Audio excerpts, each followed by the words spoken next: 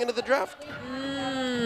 I'd like to see. I mean, they naturally have a very deep hero pool, right? So they can like adjust to whatever they are presented with, which in this case seems to be a more normal kind or more usual kind of approach to being in the red side, at least for now in terms of bans, because this is what we really always see being taken out.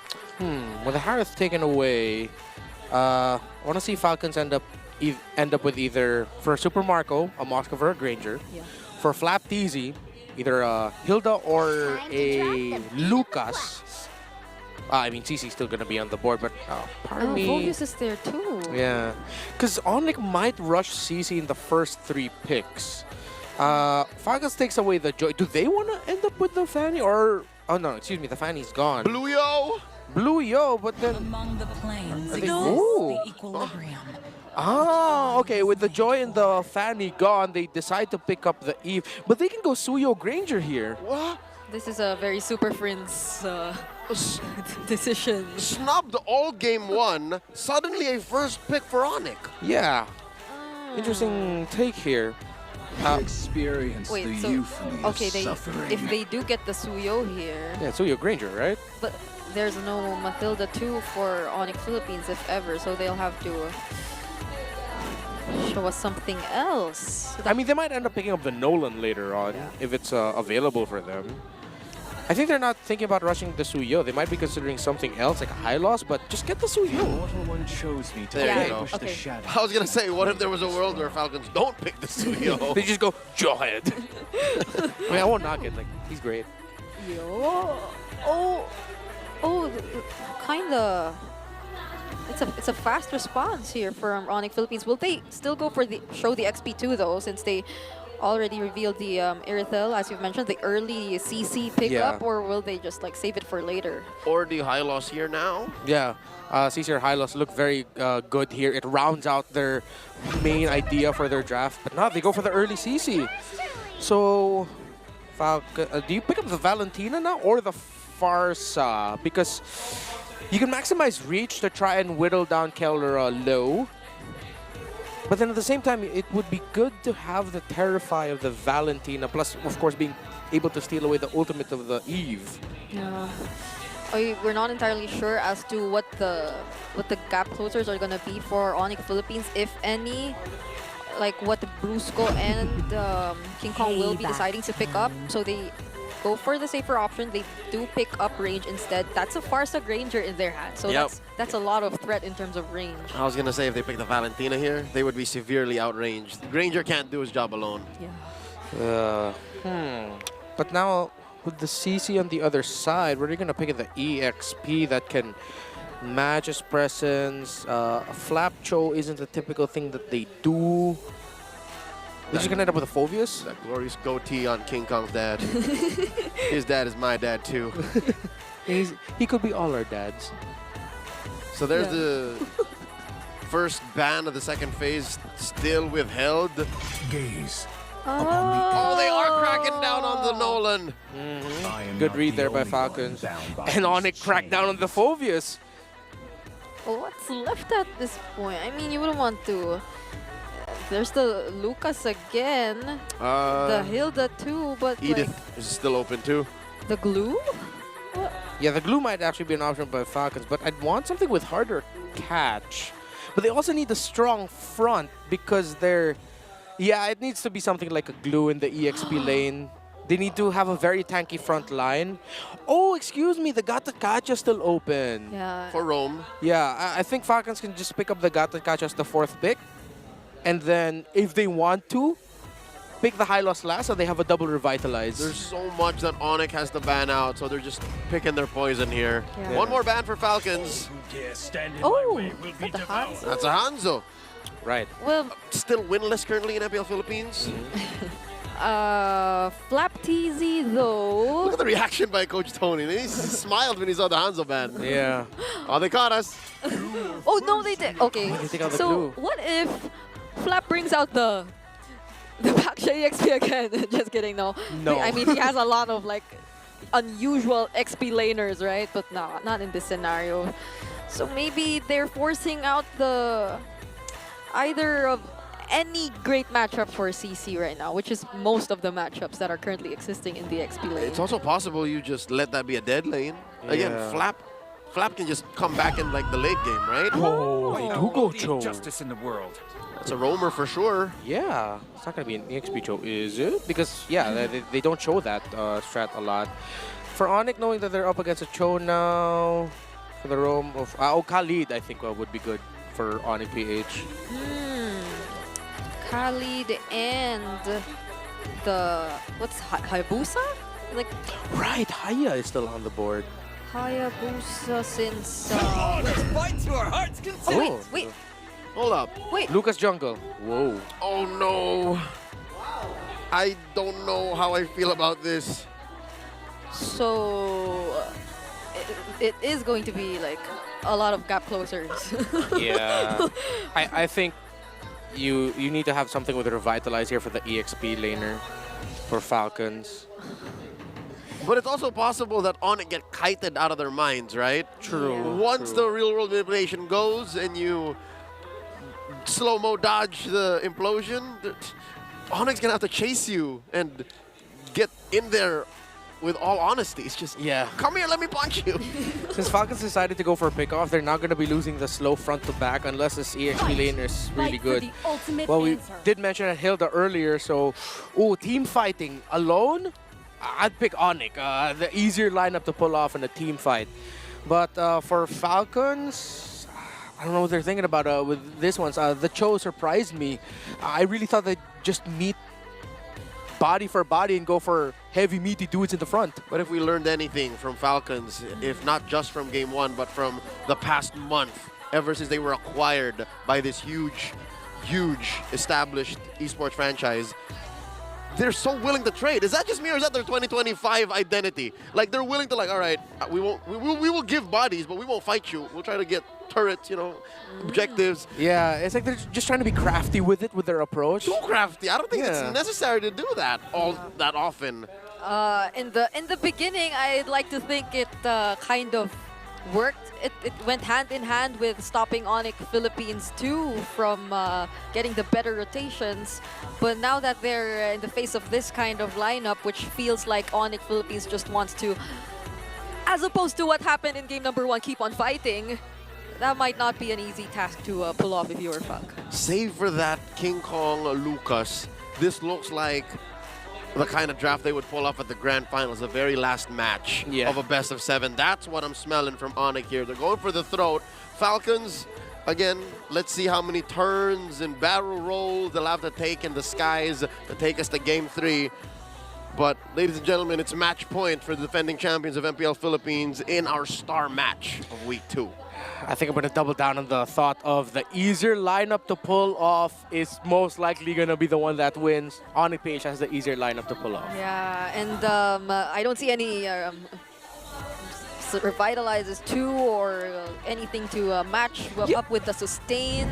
So it's It's not even a Hilda Revitalize, it's a Hilda Sprint. so it's really wanting to just keep fighting.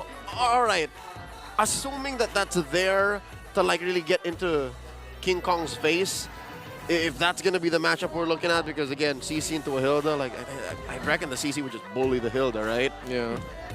Even that's a losing fight because the Lucas eats the Hilda alive.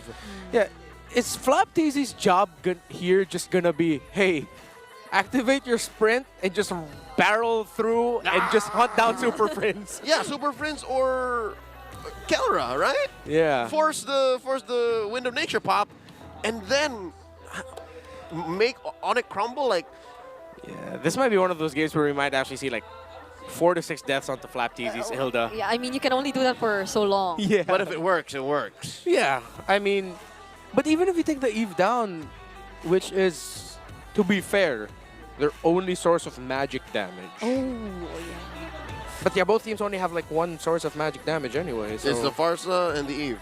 yeah, it's just the Farsa and the Eve. Which, by the way, the Eve deals a deceptive amount of damage early on. Yeah. Like, you would see games that end in 15, 16 minutes, #1 damage, is the Eve. Yeah, you'd think like, hey, it's gonna take a while for her to you feel it. Every time we bring up the damage leaderboard, Yep. Eve is there, number 1. You're right. I don't know if like they really have their eyes set on just winning the fight in terms of getting the kills, or just like out-sustaining the opposing team and getting to do a lot more things compared to them. Because as it feels like now, like ONIC Philippines lineup just seems so well built for the long fights again.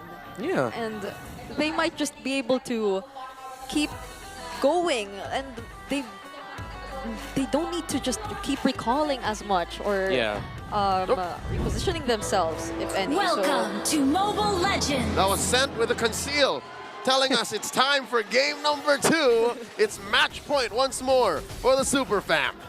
Now, one thing you have to watch out for here if you're Falcons is if you don't have the right initiation, you don't have the right fight, and you lose that fight near your buff, ONIC PH has a lineup that's very strong on the invade. So, for example, after a turtle, if they're not careful, watch out for ONIC PH to just dive and invade. Oh, wait, is this a first blood? Not just yet. Okay, and Kirk doesn't use the vengeance either, so he was just really able to keep himself safe. Kirk knew he wasn't going to die. Again, using to maximum potential, that 15% damage reduction underneath the gold XP shield. Ogwin dashing through, gets knocked up.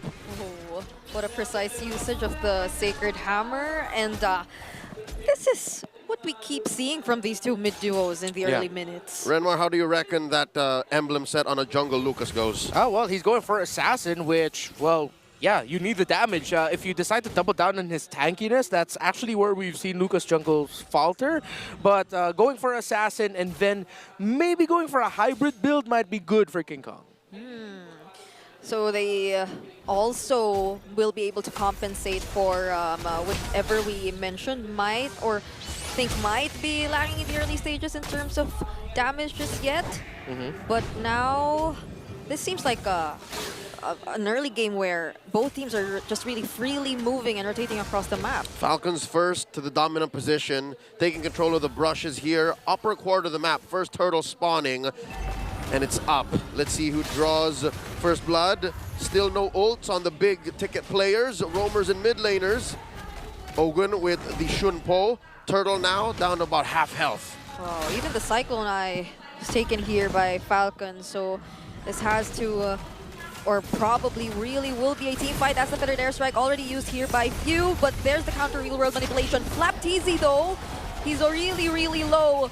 But then, even despite that, ONIC takes hold of the turtle, and even 3 kills from Falcons. Great take there by King Kong, dancing around the ultimates, puts himself in a dangerous situation, but he knew he has the dashes built in his kit to be able to sidestep some things, walks away with the turtle, and it meant that ONIC PH had the advantage because of the turtle shield buff. With nothing left for Falcons to take back, even chunking away at mid, Kelra making it all the way down back to get a wave.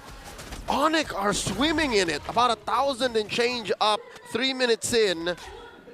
Where else can Falcons find a win here? Yeah, they're going to have to play this a little bit more patient. I think, yeah, they might have to think about going for the counter punch or just basing it off of Ogwin getting a nice kick. Oh, there's one! And that's onto Brusco. That's enough damage as well from Falcons to take him down. But that's the roamer of ONIC Philippines. And again, as cool as it is to see the bruiser go down, you're right, Brigida, it's just a roamer. And he's back just like that. Set and ready for another big ticket fight. While Ogwin's flicker is still off, his is out of cooldown. Yeah, and look at Kelra, the KK connection not being as threatened, knowing that there isn't a possible setup coming in from Ogwen anymore. So everything just seems to be in favor of ONIC Philippines even at this point. All of them almost seem to be leading too up against their laning matchups. Yeah, I think ONIC are going to be looking, once we get into the team fighting, heavy team fighting scenarios, to just protecting Kelra, because he didn't go into this with a Purify, he went with a Sprint. So if ever he gets caught out by a kick by Ogwin, Brusco needs to be ready, and even Super Friends as well, with their ultimates to counter any potential engagement that Falcons wants to do around the pickoff And this is where what we're talking about, the deceptive amounts of damage coming in from an Eve early in the game, poking out few in the mid. That's right. Put down to about half health. Now he's just playing with range. Ogun here spots Brusco and Kirk. Turtle already spawned. King Kong taking his purple first, while Kyle TZ scores an orange. Let's see where this goes. Kelra making his way up top. And he will not be spotted. He's keeping himself scarce. Yeah, and Flap TZ too, positioning himself onto the back. Oh, they decide to go for Brusco first. Kyle TZ gets the kill, and the Turtle too. Kelra though, dancing in the middle of everyone, taking down Few and Kyle TZ. That's a double kill for him. Oh. But Falcons won't let him live. That's the kill taken by Super Marco, and they're trying to chase after ONIC, but they will decide to disengage. Man, Super Marco held on. I really thought that Kelra coming in from the perfect angle would just mess up Few and Super Marco, but Super Marco said, I'm all right here. Eventually, Flap and Ogun are going to come in and help me, and yeah, good sidesteps by Super Marco, able to stay alive, 1-0 and 2 now, and that's what they needed there, because if he gave a kill to Kelra and ended up with the Airthal having a triple kill, that would have been a nightmare start for the Falcons. I'd reckon if Kelra did that maybe 2 or 3 minutes from now, yeah, it would have worked out, but currently he's sitting on just a Haas clause. That's not enough damage output to make those kinds of dives worth it. Yep. So that gives Falcon here a lead now. Kirk down to what, a fifth of his health? He's down!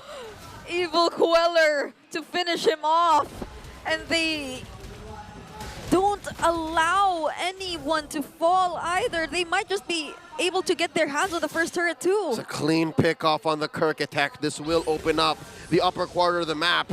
King Kong holding his ground. I just want to take my purple, man. Leave me alone. And now Flap is going to mess him up. Oh, King my Ogun! Oh no, Kelra, not even with a heavy crossbow, gets to survive. 2 members of Falcons. And how unfortunate is this? You already mentioned it. He was already on a killing spree, but that was immediate shutdown gold for Super Marco, and he gets another. Across the map, the Super Fam are falling like flies. And all it's taken are these little micro movements from Falcons. Yeah, Ogun and Few are controlling the map right now. Few going with Kyle, Ogun going with Super Marco. That's a good split.